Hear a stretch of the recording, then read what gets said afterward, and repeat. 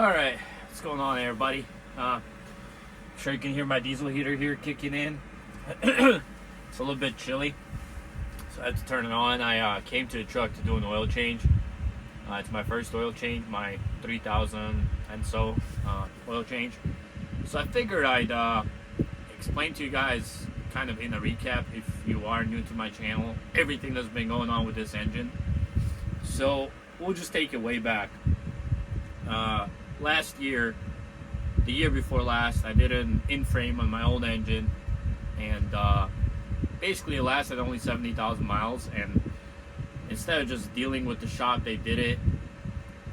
You know, it was a small mom and pop shop. It had 70,000 miles on it. It was just blowing coolant like crazy out, and it was just back and forth, back and forth.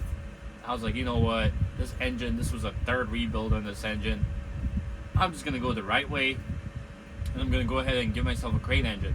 Well, the Freightliner locally wouldn't sell me a crate engine, and I just figured that's the case nationwide for all Freightliners. So I looked for alternatives. I knew that I wanted to go factory crate. I did not want to go, you know, get it from some shop that did it. And here I am thinking, oh, this is the best way to go. They're gonna do it right. So long story short, like November of last year is when it was all said and done and I was on the road. I bought a crate engine. I paid like $32,000 for it, and you know, I bought it from American Fleet Inc. in Springfield, Missouri. Nothing with them. They were fine, good folks. They gave me a tour of their facility. I went to Springfield, Missouri, delivered a load. I stopped by, I saw the engines. Basically, what they are is they're just a reseller of these factory crate engines. They now make them. Detroit makes them. They get them from Detroit somewhere, and then they resell them. And what I found out later is you can still get factory crates straight from Freightliner. It's just dependent on the dealer. Dealership in St. Louis, they won't really sell them to small guys, by what I've seen, because I know there's other trucking companies in St. Louis with a lot of trucks, and they're able to get factory crate engines. So it's just a matter of how well do you know the people at the dealership and what kind of hookups they're willing to do for you. So yeah, I did that. I bought the engine, and even though I bought it at American Fleet Inc., the warranty was still through the through Freightliner. But, and I mean, you already know that there's always going to be a but in every situation.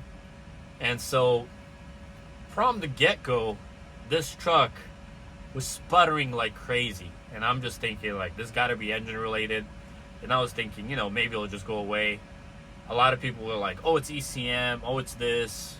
I knew it was fuel issue. I just wasn't sure what. So basically, I spent like a month chasing that issue, probably more, a month or two. The truck was down at the shop for like a month one time. They replaced 2 sets of injectors. I replaced all fuel lines. What I think it was a bad fuel filter housing that came on the engine. So everything else was kind of done in vain, essentially, for no reason. At the end of the day, Freightliner basically told me none of these are the issue that's causing the sputtering, the injectors or anything. Your issue is pickup tubes and tanks. And I was thinking, like, my truck did not sputter with my old engine. There's no way that both of my pickup tubes went bad in the process of putting a new engine in. And I was just skeptical about it, but that issue got resolved. The ongoing issue was leaky rear main seal. That was the ongoing and the main issue. So they did the rear main seal once, and it lasted about a month or so. And then they went ahead and did the rear main seal again. And I was like, okay, maybe the first guy just didn't do it right. So they did it again. And then it lasted a little bit. And so it started leaking again. And I'm like, this is not normal. This is not any more mechanic error. This is more equipment error. And I'm sitting there thinking, like, what the hell could it be? So they're like, you know what? Just bring the unit in, and we're going to do a rear structure. So if you don't know what a rear structure is, basically it bolts onto the block, and the rear main seal sits in the rear structure. So they were thinking, well, maybe the rear structure is damaged a little bit, and you know, it's got some play or some scratches or something, and that's what's causing it to leak. And we're like, okay, that's fine. So I dropped it off again. So they did that. That lasted pretty good, to be honest. It lasted like 2 months. And I mean, keep in mind, like, I don't drive a lot. Like, I drive like 2,000 miles a week tops. I'm on the road like 4 or 5 days tops. Nowadays, way even less. So I was like, you know, this kind of sucks. So after they did the rear structure and it was leaking, I got into it with them, really. And I was like, you know, this is crazy. Like, my warranty is about to expire and I'm still having the same issue that my truck was down for so long. So long story short, what they did this last time, the 4th time it was in, not 4th time, but 4th time for this issue only, they replaced my crankshaft. And so they're doing my crankshaft, and I'm basically like, okay, my truck was down. I'm thinking it's gonna be like a week or something. I go down there, and they took the engine out of the truck. They took the transmission out of the truck. At the end of the day, what they did is they basically did an out-of-frame rebuild at 70,000 miles on a factory crate engine. Out-of-frame rebuild. So they pretty much threw a new head gasket on, new connecting rods. I don't think they really did anything in the head because everything was still fine. But yeah, new crankshaft, new bearings, new connecting rods. But basically the engine was torn apart completely at 70,000 miles. So that's kind of where we were at. The reason I'm doing this oil change at 3,000 miles is because they did put new piston rings, and I'm sure there's going to be a little bit of shavings. But just like, fingers crossed, I pray to God that this thing is finally sorted out and it finally is good to go this time and it lasts. And I know guys are like, oh, I get 1,000,000 miles. If I can get half that out of this engine, I would be beyond blessed and thankful. Because like this month alone, 2023, I mean this year alone, 2023, my truck has been down for 3 months easily. And then, you know, last year, just at the end of the year, I was down for like a month, and I'm sure more. And so it's like, it just, even ever since I became an owner, I've just been down so much with this truck. And, you know, long story short is like, would I recommend it? I really don't know. I don't know if I would recommend buying you buying a crate engine, but I don't know. I guess if you can find a decent deal from Freightliner directly and purchase additional warranty, which they give you an option of 300,000 mile warranty directly from dealer for a couple thousand, I would say then it's worth it, because eventually, you know, they will sort it out and you might have a reliable engine. But in a case like mine, where I bought it from third party, I only got 1 year, 100,000 miles. No, it's not worth it. It's really not worth it. But at the same time, like, there's no work, there's nothing. What are you gonna do? Go buy a brand new truck?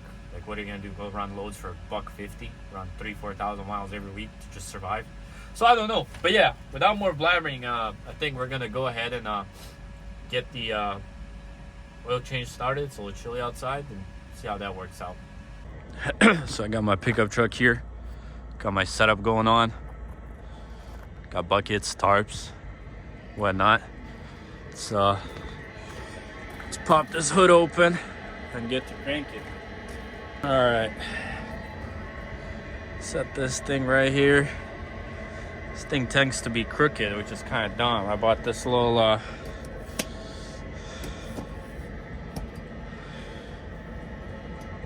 phone mount, but the darn thing sits crooked. It literally goes to every single position straight, except the one I need it to be. I think that's a pretty good angle.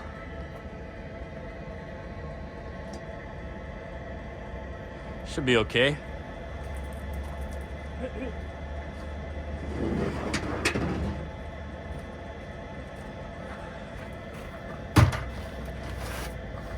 So like I was saying, I always like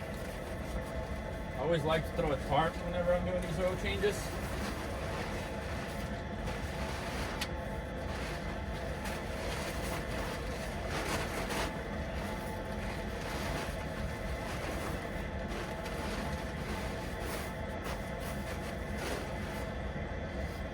Because a lot of these places obviously tell you to not do oil changes in their yard, but I don't think it's really as much about caring about it. It's more like to not make a mess on the ground.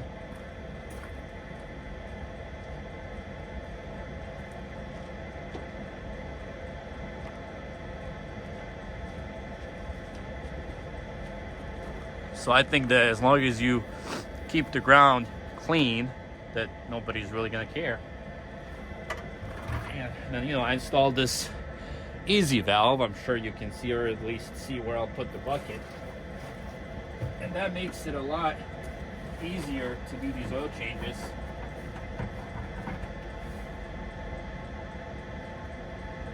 Just pop that easy valve off, and I let my bucket fill. And then I put my second bucket.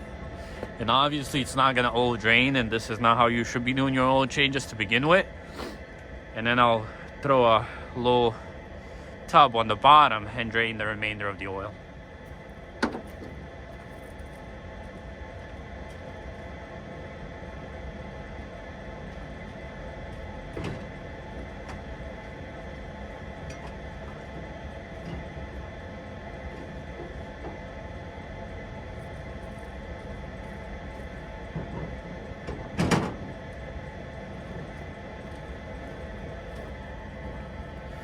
This, whenever the buckets fill, I will then drain the plug on the bottom and fill that one up.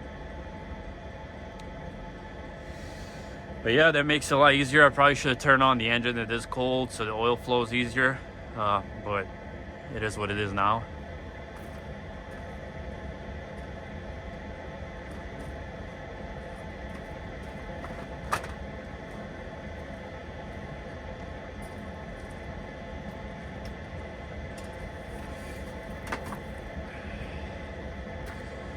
Yeah, that's the engine. I mean, everything normal. Let's turn the camera around. So yeah, I mean, it's pretty crazy everything that happened with this engine, but I figured I'd explain to you guys what's going on and bring you up to date. But that's gonna do it for today's video. Thank you guys for watching. I'm gonna finish this oil change and go home. Get some warmth. Catch you on the next one. Later.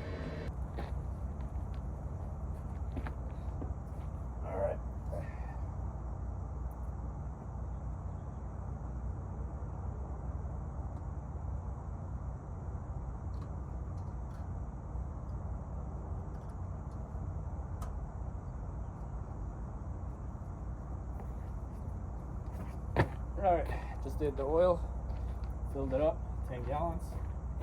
See how it starts.